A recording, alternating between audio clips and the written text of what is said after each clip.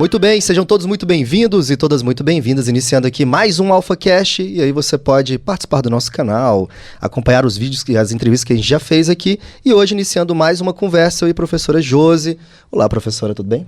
Oi, Breno, muito bom estar aqui novamente, e hoje temos uma convidada muito especial, não é? Muito especial, Eliana, que está aqui com a gente, e ela é arquiteta especialista em acessibilidade, não é isso? Isso mesmo. Seja muito bem-vinda, Eliana. Muito obrigada, feliz por estar aqui com vocês, Josi, Breno, e vamos aí conversar. A gente estava falando aqui sobre bom dia, boa tarde, boa noite, a gente pode falar tudo, né, o que quiser. Esse aqui ele vai passando aí e fica salvo. Tem um assunto que eu acho que ele é pertinente, que é as pessoas entenderem um pouco sobre arquitetura, mas eu queria conhecer um pouco da sua história, para você contar pra gente. Porque especialista em acessibilidade é uma coisa muito específica, né? Sim. E me parece que esse tipo de conhecimento ele tá tomando forma agora, assim, as pessoas estão começando a observar o outro, né, Eliana? Você podia contar pra gente como é que você teve acesso a esse conhecimento da acessibilidade? Tá, vamos lá. Eu formei em 2006 pela PUC, aqui de Goiânia, e em 2004 eu era estagiária do Banco do Brasil, Departamento de Engenharia e Arquitetura. E em 2004, a norma 9050, ela foi atualizada, a última versão, a penúltima, né, de 1995, então surgiu a segunda revisão em 2004, e os bancos precisavam fazer adaptações, né? Essa norma é o quê? É uma norma sobre a acessibilidade, desenho técnico, de uma forma universal, né? Como nós materializamos a acessibilidade. E então veio a norma que nos orienta sobre isso. Né? Então nós temos que seguir ali padrões que são importantíssimos. Né? Nada sai da nossa cabeça. Ali tem uma ordem a ser seguida. Então foi aí que, né, todo mundo meio perdido, porque era novidade, pouco se falava sobre isso, né? Até mesmo na faculdade.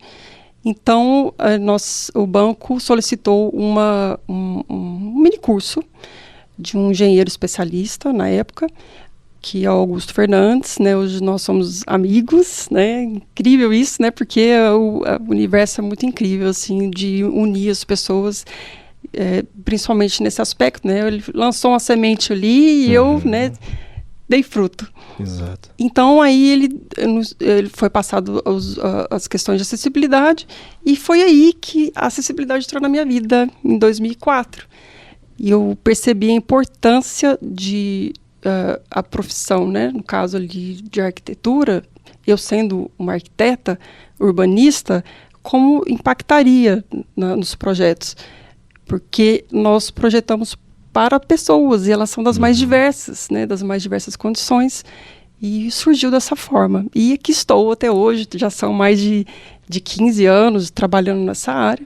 Bacana. E, de fato, é algo novo, né? São poucas pessoas que têm essa especialidade, porque, como eu falei, não é algo que é tratado muito nas faculdades. Né? Você quase não vê questão de pós, é algo que está surgindo, é algo muito recente, porém a acessibilidade não é algo novo. Já tem mais de 40 anos, depois a gente vai falar um pouco sobre isso. Sim. Que isso já acontece no mundo todo. Você teve acesso a esse conhecimento na universidade? Você lembra disso? Você sente estudar? Olha, na época, quando eu estudava, a gente estudava a questão de ergonomia, era sobre, na época era o Le Corbusier, que nem, né, não era nem assim, aspectos da população aqui do Brasil. Então, a gente teve esse estudo, mas nada muito focado em acessibilidade, porque, igual eu te falei, é algo que era muito novo. Né? Então, até para os professores ali falar sobre esse assunto, era um pouco... Não tinha material. A gente praticamente não tinha acesso à internet, ao conteúdo que a gente tem hoje. Livros sobre esse assunto era muito complicado também. E hoje nós temos, né, além da questão dos livros, a gente tem acesso a informações em canais que tem outros especialistas que falam sobre esse assunto. Então, hoje falar que por falta de informação que não é possível fazer, isso já não é real. É interesse, né? É interesse das pessoas mesmo, né? Sim. Eu fico pensando assim, eu estudei muito sobre o corpo humano na universidade, e eu estudei com um rapaz que era cego, né? E ele me modificou. É claro que eu saio da universidade modificado, né? Porque você está lá formando com uma pessoa que é cega, vendo as dificuldades dele, e você se modifica. Você começa a ter comportamentos a partir daquilo. Mas eu acho que tinha uma coisa que a gente podia falar aqui, que é que a acessibilidade vai além do que a pessoa deficiente também, né? É uma questão de seres humanos num ambiente, né? Você podia discorrer um pouco sobre isso, Regina? Então, olha, falar sobre acessibilidade é respeitar os ciclos da vida, né? Desde da criança até na fase da velhice. E nesse período, muitas coisas acontecem na nossa vida, né? A gente não tem controle de tudo. Então, pode acontecer, acho que muitos de nós já tivemos momentos que nossa mobilidade ficou reduzida. Sim. Temporariamente, né? Como, por exemplo, as gestantes, a mobilidade dela fica reduzida. Então, quando você sofre algum acidente, faz alguma cirurgia, sua mobilidade reduz. As crianças também têm uma mobilidade ali reduzida. E, então, a gente fala muito que essas são questões temporárias, que fazem parte do ciclo da vida. E tem também as que são permanentes, né, por causa de alguma situação, um acidente, enfim. Fica permanente numa cadeira de rodas ou perde visão e a vida precisa seguir. E como é que a vida segue? Quando a gente tem espaços acessíveis. Porque é como se fosse o fluxo da vida. Porque, assim, tem um período dessa questão da adaptação, principalmente falando das pessoas que ficam com a mobilidade reduzida permanente, ela precisa retomar a sua vida, né? Até para a questão de uma saúde mental, né? E aí, quando encontra obstáculos, dificuldades, isso é muito complicado. Porque quando a gente fica temporariamente por alguma situação, a gente sente um pouco isso. Então, é importante ter esse olhar. E, principalmente, eu vejo na questão, né, da arquitetura, projetos, porque tudo se inicia ali. Então, por isso que é fundamental que as faculdades hoje invistam nisso, porque é o futuro, né? Em questões de normas, diretrizes assim, sociais, quais são as obrigações que as empresas têm? Porque eu imagino que é um nicho, comercialmente falando, que ele tem que existir, né? Sim. E você faz consultoria nas empresas. Como é que é? Todo prédio tem normas a cumprir. A cidade em si, porque a gente tem um plano diretor, mas tem uma complexidade que o plano diretor não respeita o próprio plano diretor, né? Sim. Tá dentro dessa discussão também? Também. Olha, esse assunto, se a gente for, né, ir a fundo, desde a Constituição de 88, fala sobre a questão da importância de espaços acessíveis, né? Mas na questão citava muito a questão das pessoas com deficiência. E no decorrer disso, foram surgindo leis. E hoje, qual foi o marco, assim, em relação à questão de falar que os espaços edificados, públicos, privados, espaços urbanos, foi a de 2000, que é a 10.098, que fala sobre isso, né? Então, você já tem um tempo, né? Então, até mesmo em 2000, surgiu a 10.048, que fala dos espaços prioritários, atendimento prioritário e tudo mais. E aí, a partir disso, foi surgindo, né, a LBI, a questão dos transportes públicos também, comunicação. E foi que, a lei diz que nós devemos seguir as normas técnicas. E a norma técnica hoje de acessibilidade é 9050, hoje a gente está na versão de 2020. A primeira foi até anotei aqui, 1985, né, já tem bastante tempo. Tem. E ela está sempre atualizando, porque assim, eu entendo que acessibilidade, né, falar de pessoas, é algo em movimento, né, é algo que a gente está sempre em construção. E quando a gente fala de espaços, como surgiu a lei, né, de 2000, então assim, nos espaços de trabalho, é sim importante ter, hoje sim é uma obrigatoriedade, porque não é favor, é um direito que todas as pessoas têm. Só que tem muitas outras barreiras que impactam isso, né? Principalmente as invisíveis, os preconceitos, né? Então a pessoa muitas das vezes olha não a função com a capacidade de exercer um cargo, mas sim na condição física que a pessoa, né, está. Como você falou que você conheceu um amigo que era cego, quantas coisas você viu que era muito da sua cabeça, né, digamos assim, de preconceito. E isso, a importância da gente se misturar, né, digamos assim, né, não acho que é o vocabulário mais se colocar no lugar do outro. De você ter espaços acessíveis permite que aquela diversidade de pessoas, né? Então, se você não você precisa permitir que isso aconteça, principalmente através dos espaços. Tem muitas charges assim que a pessoa chega para ir atrás de um trabalho, e chega lá, tem uma escadaria, né, a pessoa na cadeira de rodas, mas né, como assim? Então isso é muito importante, e meu trabalho hoje também consiste nisso, né, porque a gente precisa fazer um levantamento para saber das condições físicas do espaço, para realizar um diagnóstico, para que sejam feitas as adaptações, né, em relação à acessibilidade do espaço físico. E tem outras questões de acessibilidade também, né, que muito em relação à atitude, né, atitudinal, que é um pouco que você falou, assim, de quebrar paradigmas, sabe? E vencer as barreiras do preconceito. Eu acho, eu me lembrei aqui, não sei se você fala também, Breno, sobre essa parte de mobilidade urbana mesmo, assim, aí eu lembrei dos espaços urbanos. Até outro dia, eu me lembro estar andando, assim, numa calçada, era uma região mista, meio residencial, meio comercial, e eu olhava a calçada, vinha assim, era como se fosse uma descida, ela não era feita, nem um pedestre com a melhor mobilidade no auge da sua juventude, da sua mobilidade, consegue se locomover ali facilmente, porque cada casa ficava num nível e cada pessoa foi fazendo lá a sua calçada no nível. Então aquilo gerava um degrau absurdo, inclusive muito perigoso. Sim. Então a gente vê, na verdade, essas como se fossem armadilhas nas vias, que eu fico imaginando que qualquer pessoa com um mínimo de questão assim de mobilidade, com algum problema, alguma questão de mobilidade, ela corre um sério risco. E aí, como é que fica essa questão assim do poder público? A gente sabe que hoje as novas construções têm aquele piso tátil, tem algumas regras, mas como é que fica tudo que já está construído? A gente vai deixar simplesmente da forma que está? Assim? Então, isso é um assunto até polêmico, porque hoje tem a NBR 16537, que ela fala sobre a questão do piso tátil. E a área urbana, calçadas, é fundamental. Mas antes de qualquer coisa, a calçada precisa estar caminhável.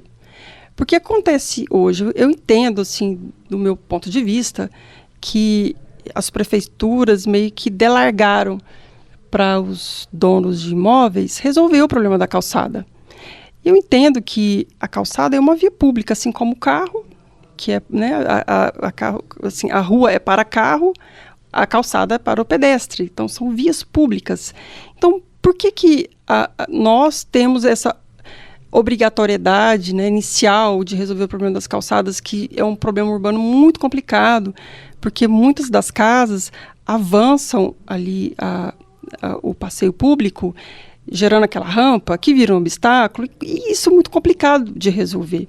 Então, no meu entendimento, eu entendo que a prefeitura deveria sim organizar por quadras, no meu pensamento, por quadras para deixar que ela fique caminhável, que aconteça um padrão ali, para depois sim ver a questão do piso tátil. Mas, passando para nós, a responsabilidade de manter aquela calçada organizada, limpa,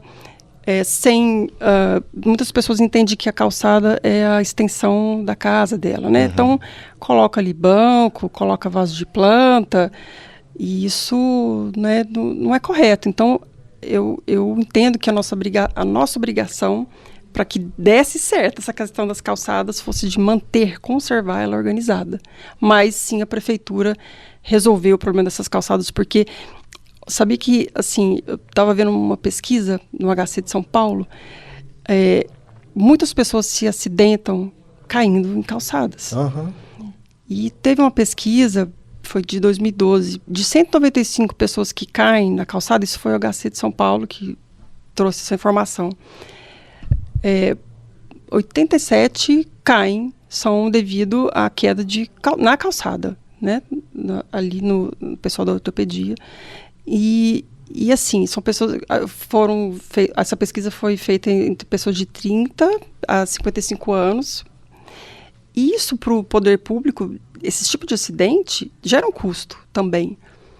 E aí eles fizeram um levantamento de que uma pessoa, de uma internação, se, né, tiver uma gravidade assim, maior, precisa ficar internado, um custo de R$40 mil. Então, se você for pensar que isso são vários aspectos que são importantes de serem resolvidos, que é uma questão de saúde pública também. Então, todo mundo tem uma sua parcela ali de contribuição para que a gente possa viver espaços mais acessíveis. E uma coisa que a gente estava conversando, né, Brena, a questão da que a população está envelhecendo. Sim.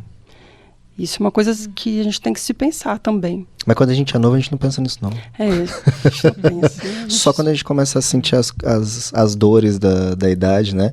E você falando sobre essa pesquisa, eu fico pensando, você já procurou algum lugar no mundo, assim, que tem uma arquitetura ideal, acessível? Existe algum lugar assim? Existe, assim. Para mim, uma referência no Japão. Porque ali a população está envelhecendo. E eles são preocupados com a velhice. Sim, né? São. E aí lá o pessoal as pessoas são mais independentes, né? Mesmo porque a natalidade é bem diferente da nossa, né? Nem todo mundo tem filhos e quando tem um só, então as pessoas precisam sim ter autonomia de caminhar. E assim, só para trazer uma informação, acho que é importante falar de onde surgiu, né, essa questão do desenho universal, porque vai muito de encontro ao que você está perguntando sobre das cidades, né? Depois da Segunda Guerra Mundial, os Estados Unidos e a Europa também, né, começou a receber muitas pessoas, os veteranos de guerra, com, né, muitas pessoas amputadas, cadeiras, né, de roda. E aí eles perceberam que havia sim a necessidade de tornar ali as cidades, espaços mais acessíveis. Como é que ia fazer, né, naquela situação? E na década de 80, um arquiteto, Ronald Mace, inclusive ele era cadeirante, ele começou a desenvolver um conceito sobre desenho universal, onde os espaços fossem mais flexíveis, não só para a pessoa com deficiência, mas para, né, porque existem vários tipos de padrões, né, pessoas mais altas, mais baixas, né, mais gordinhas, mais magras, enfim. E aí foi quando surgiu esse conceito do desenho universal, espaços mais flexíveis, com informações mais simples de serem entendidas, segurança, né? Acessibilidade tem tudo a ver com segurança. E aí começou essa questão desses movimentos, e a primeira lei dos Estados Unidos foi em 1990, dos espaços públicos, das edificações, que trouxe essa questão da obrigatoriedade. Só que na época, assim, na década de 70, né, nos Estados Unidos, teve muita participação das pessoas com deficiência, uma coisa que não acontece muito aqui no Brasil, essa participação. Você fala de votar e de discutir sobre? Também, mas de cobrar um direito que é sim. seu. Um direito de que eu posso também acessar os espaços como qualquer outro, eu sou um ser humano, independente da minha condição física. E aí tem um filme até muito, muito interessante, que até, se puder depois você pode sugerir, chama Creep Camp. Ele até ganhou um Oscar em 2020 com um dos melhores documentários. Então é um grupo de pessoas com deficiência, que na década de 70, eles tinham um acampamento, né, todo ano acontecia, isso era em Nova York, e onde eles conversavam sobre a questão de acessibilidade, eram espaços assim que eles poderiam ter mais autonomia. Então, nesses encontros, eles começaram a conversar, né, vamos levar isso para a cidade também, a gente tem o direito de a gente poder também acessar os espaços públicos, as edificações, as ruas, eles calçadas. Colocavam as ideias que eles tinham nesse acampamento e depois queriam levar para uma coisa urbana. Isso, começou a surgir ali um movimento. Legal. Para que isso, né, a gente precisa se unir para que que isso aconteça. E aí foi quando começou esse movimento lá nos Estados Unidos. E o filme fala sobre, né, o Creep Camp, Revolução para a Inclusão. Então foi meio que uma revolução aí que eles fizeram, porque eles queriam que essa lei fosse aprovada. E a prefeitura lá na época estava ainda assim, não aceitando muito, então eles meio que acamparam lá na prefeitura, para que a gente vai sair daqui só depois, né, dessa lei assinada. Legal. E aí o pessoal desligou luz, água, e aí aqueles grupos assim, né, com Black Power, eles começaram a ajudar eles, sabe? Se virou ali, um ajudando o outro por uma causa que teve resultado. Bacana. É só através do manifesto. O que tem no Japão, assim, que chama atenção? Que a gente pode usar, que não tem aqui, talvez? Eu acho que a caminhabilidade nas calçadas, eles usam muito a questão do piso tátil, porque o piso tátil não é só para pessoa cega, pessoa com baixa visão, aquele contraste guia. E eu assisti um filme também, olha, falando do filme aqui, depois ainda acho. Influências culturais é bom, vai. E eu só não me recordo o nome, mas é um filme que fala sobre um limpador de banheiros. E ele limpa banheiro público na cidade. E aí eu comecei a minha atenção foi para aqueles banheiros, né? Aqueles públicos. E a limpeza daqueles banheiros, a acessibilidade daqueles espaços, me deixou assim, gente, que coisa incrível. Porque não era só para adultos, mas também para crianças. Sim. E os sanitários infantis também eram acessíveis. E eles também tinham referências por cores, eles tinham uma automação que facilitava abrir as portas. Legal. E assim, ia super limpo, impecável, né? Aquele compromisso também com a questão da higiene, sabe? Então, me chamou muita atenção como os espaços públicos do Japão é pensado para todos. Entendo. E a relação com os carros? Porque eu vi você falando que os carros, a rua são para os carros, né? E a calçada são para os pedestres. E eu tenho uma contradição nisso, assim, porque eu acho que a rua não é para o carro, é para o pedestre, né? Mas a gente tem uma inversão, né? Porque parece que tem mais carros do que pessoas, né? Não tem uma coisa de por que a gente não usa ônibus elétrico? Por que a gente não... Sabe assim, eu fico pensando, se tem um único cadeirante na cidade, a cidade inteira tem que ser acessível para esse cadeirante, né? Sim. Depende da quantidade de pessoas. E eu vejo lá em Brasília que às vezes eles separam lá no eixão e tal, para fazer atividade. Eu acho que atividade física também tem a ver com isso que a gente está falando, né? Sim. Que tem a ver com qualidade de vida e tudo. E tem solução porque a gente está perdendo espaço para os carros, né? Sim. Sabe que lá em Lisboa, quando teve essa questão da pandemia, e eles começaram a perceber assim, que como os carros também ocupavam mais espaço. Então, eles começaram a fazer um sistema ali de reurbanização. Então, vias que eram mais largas, eles diminuíram para aumentar as calçadas, para ter mais fluxo de pedestres, com um distanciamento mais generoso, né, porque teve toda aquela questão da pandemia. Então, eu acredito que tudo é possível. Acho que tudo que é físico, material, é possível de mudança. Só que é importante também que tenha um estudo, né, pessoas capacitadas para que isso aconteça. E quando a gente fala que os carros estão tomando conta, a gente vai meio que abandonando a cidade também, né? Você já percebeu que a gente entrou numa coisa assim tão maluca que parece que as pessoas que andam nas calçadas têm uma tendência de ser marginalizadas? Isso. Uma coisa louca isso, né? As pessoas não são respeitadas, aquele pega um ônibus. Eu acho isso muito estranho, sendo que a gente faz parte de todo um fluxo urbano. E aí, o que é mais importante, né? Nós pessoas, nós como seres humanos, a gente está ficando cada vez mais distantes. Isso. Morando mais distante do centro, indo para condomínios distantes, que é como se fosse uma própria cidade lá dentro, né? Que tem até código de trânsito dentro dos condomínios fechados agora. Eu acho isso uma coisa tão... É absurdo, é normal? Porque quando eu chego e eu sou multado dentro do condomínio, eu acho isso tão esquisito, assim. Cada um fazendo as suas eles fazem a própria lei, né? E parece isso. que quando você está dentro do seu carro, com o vidro fechado, você está ali tranquilo, né? Eu acho isso uma ilusão. Mesmo porque muitas coisas acontecem quando você sai do condomínio, né? Muitas coisas a gente pensa assim, a gente está seguro. Ninguém está totalmente seguro de nada. Mas quando a gente começa...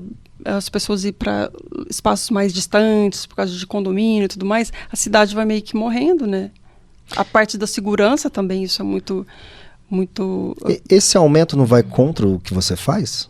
O seu trabalho de pensar na cidade? Quando você vê que isso está acontecendo demais, você fala, meu Deus, estou perdendo minha luta aqui.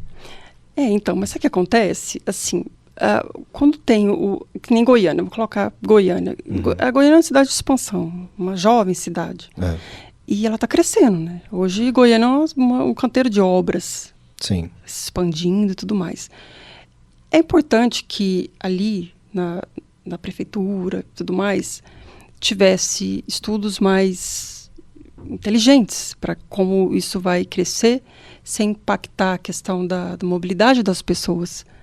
E acaba assim que esse estudo não é muito, no meu entendimento, e pelo que eu já observei, feito por pessoas que têm essas especialidades Sim. de mobilidade, de carro, pessoas, bicicleta.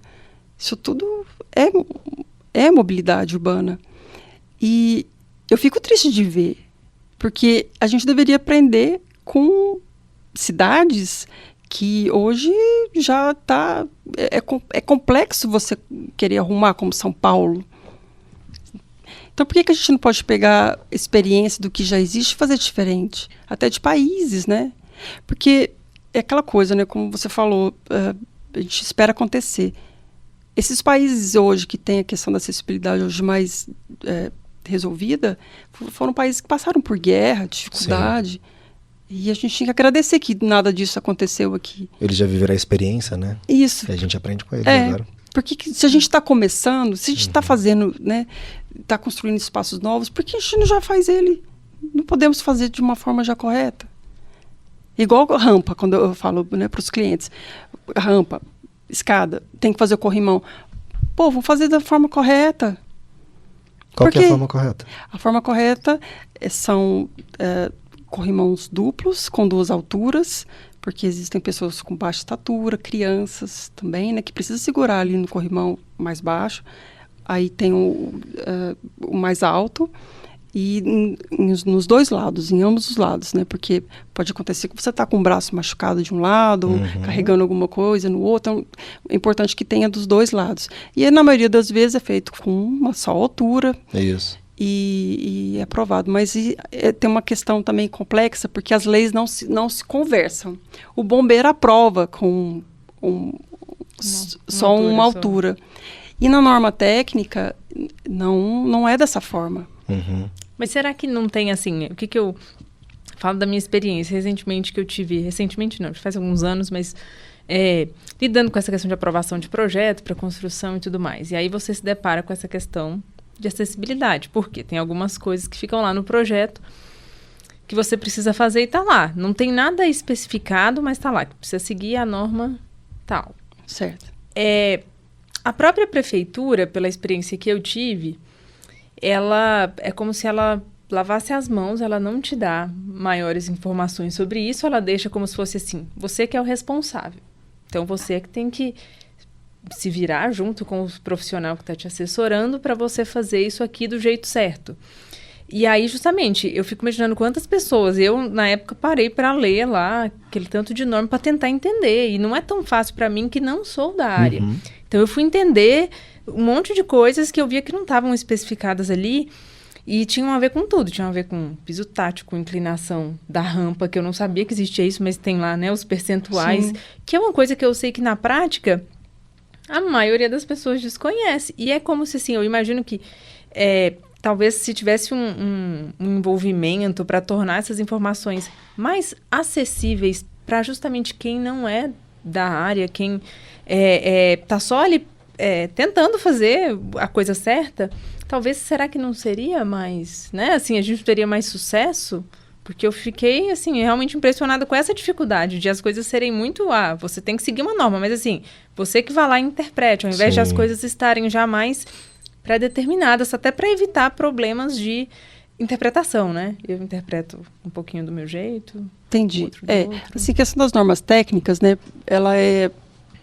Para quem leigo vê pela primeira vez, acha um pouco complexo. A prefeitura... talvez tivesse uma cartilha ali para poder facilitar a questão do entendimento do que o que não pode deixar de ter, né? Aqueles princípios básicos, como as calçadas, acesso. Tem aqui em Goiânia a lei municipal da calçada que a gente segue. Só que eu entendo que os profissionais de arquitetura, engenharia, têm que ter um conhecimento nesse sentido. Porque assim, a prefeitura, qual que é a obrigação da prefeitura?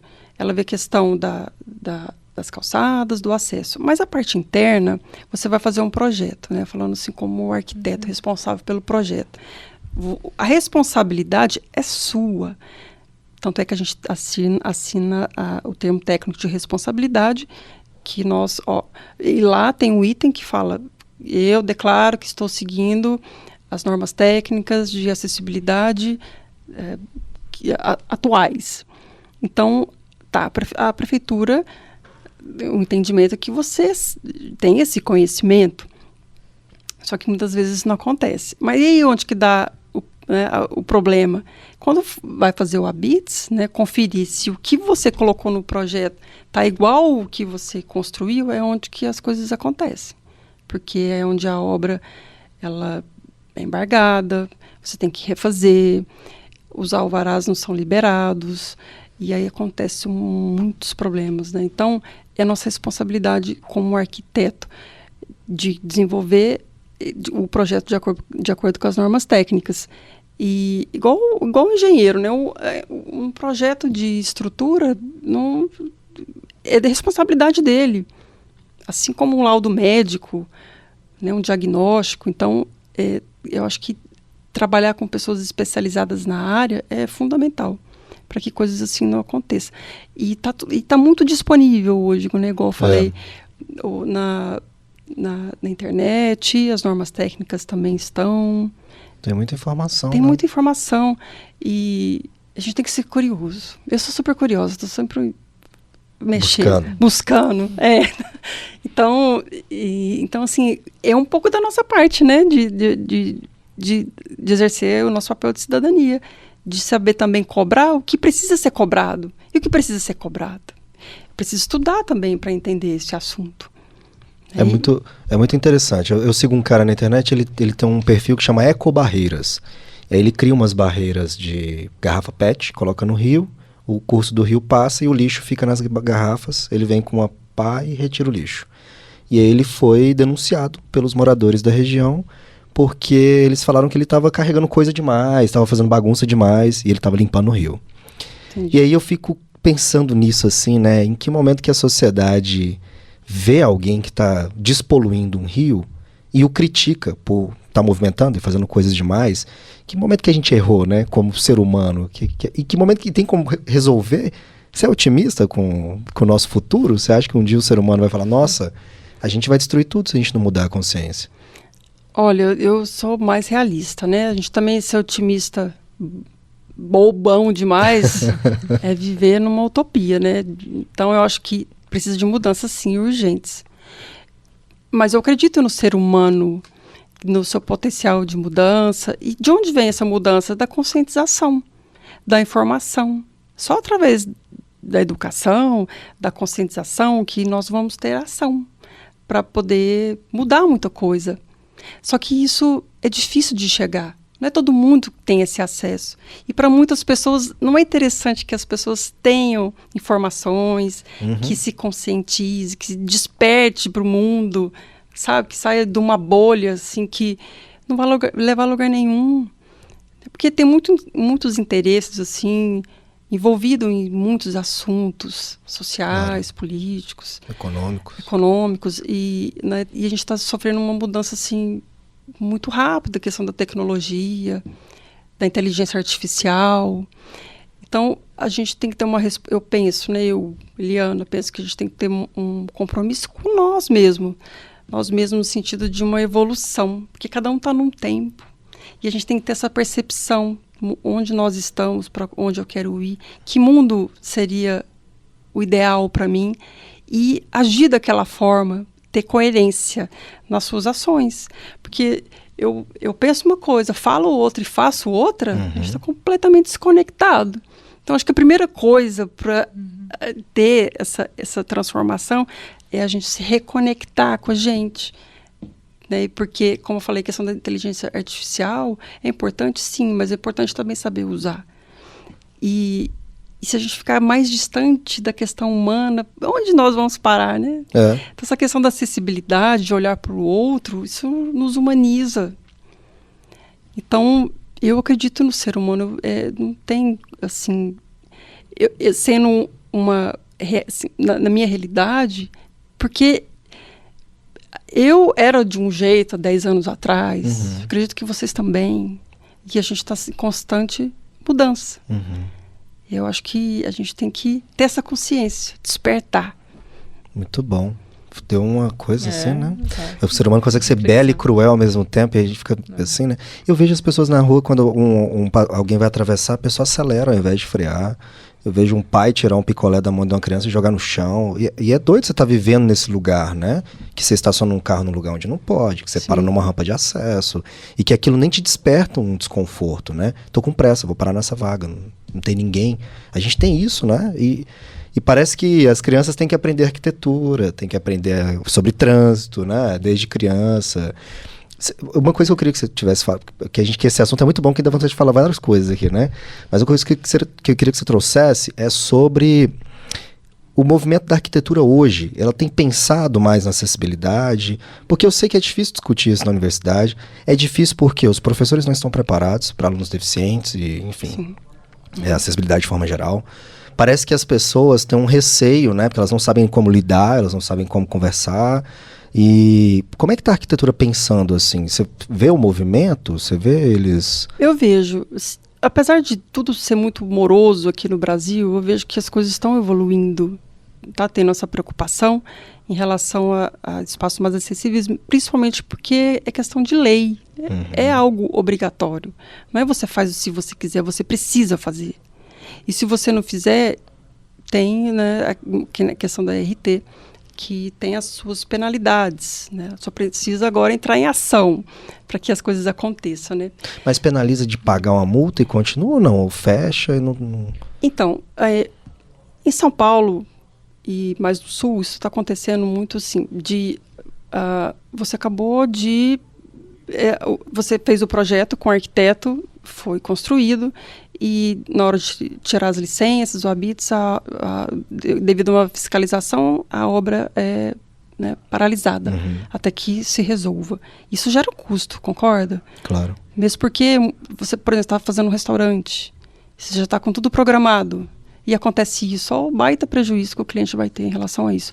Então, hoje em São Paulo já está acontecendo de os clientes processarem os arquitetos para que sejam ressarcidos. Tanto na questão do projeto, né, de ser refeito, como também o prejuízo que ele teve ali, né, teve que ficar com as portas fechadas, não conseguiu fazer a inauguração, refazer, né, quebrar, fazer de novo. Então, quando isso começar a ser mais frequente, infelizmente é quando dói no bolso, né, que as pessoas parecem que despertam. Porque a acessibilidade tem que nascer nos projetos, com essa questão do desenho universal, tem que estar no DNA do projeto. Tem uma amiga, Silsa, de Natal, ela fala muito sobre isso, que tem que estar no DNA do projeto, tem que nascer assim. Bacana. Só que isso está acontecendo, sim. Mas é aquela coisa, as pessoas, a gente não pode fazer blocos de edificações, a gente precisa cessar. E para a gente chegar nele, tem toda aquela questão que a gente estava conversando, das vias, das calçadas, do transporte. Como é que a pessoa acessa aquela edificação? Ela vai se teletransportar? Né? Ainda não chegou essa tecnologia ainda. Mas tem várias coisas que envolvem a questão do acesso, né? Então, é muita coisa... a acessibilidade à arquitetura é um assunto multidisciplinar que envolve muitas questões humanas. Arquitetura humanas. E muitas pessoas acham que é exatas, mas é humanas, né? Eu super acho também que é da humanas. Então... Você podia deixar uma mensagem para o pessoal que está ouvindo a gente, de alguma coisa que a gente não te perguntou e que você acha que seria pertinente trazer aqui na discussão? Olha, a mensagem que eu trago, na verdade, também é um exercício para que vocês possam perceber mais o espaço ao redor de vocês, né? Fazer um exercício de quando você sai de casa, em relação à calçada do seu bairro, o transporte, se você pega um transporte público, carro, você anda a pé, começa a perceber mais o espaço que te cerca e desenhar ali na sua cabeça mesmo as melhorias, né? Porque muitas das coisas, igual eu falei, é muito movimento. Até o local do seu trabalho, da faculdade, ali quando você vai comprar um pão. Pô, será que uma pessoa aqui na cadeira de rodas conseguiria também comprar um pão como eu estou conseguindo aqui agora? Porque os outros somos nós. A gente fala muito assim, o outro aconteceu com o outro, mas os outros somos nós, né? Ninguém está numa bolha que nada vai acontecer. Claro que a gente não quer que aconteça, mas a gente não sabe o dia de amanhã. Então, esse é um exercício de cidadania, até para que você possa também cobrar, discutir por locais melhores, porque, igual eu falei, em algum momento da nossa vida, a gente vai precisar de espaços mais acessíveis. E aí, quando chegar essa hora, nossa vida precisa seguir. Então, acessibilidade é a vida que segue e todos nós estamos envolvidos nisso. Muito bom. Tem uma placa da Bahia que eu gosto muito, que está assim, evite acidentes, fique vivo. Eu acho maravilhoso. É verdade. Essa dica deles, né? Tem uma frase muito boa que eu gosto de... Eu não sei quem... Porque é tanta pessoa dona dessa frase que eu achei melhor colocar como desconhecido. Desconhecido. Que o custo do cuidado é sempre menor do que o custo do reparo. Maravilhoso. O custo do cuidado é sempre menor do que o custo do reparo. E é isso que a gente tem que trabalhar. Muito bom. Eliana, prazer bater esse papo com você aqui. Foi pouco, né? Foi. Dá vontade de ficar falando horas aqui sobre isso, né? Falar sobre essa cidade. O pessoal gosta, pede bis. Queria falar do pedal, queria falar de tanta coisa, mas enfim, bacana. Obrigado, viu? Eu que agradeço. Muito obrigada, Eliana. Obrigada. Estivemos aqui com a Eliana Trevisan.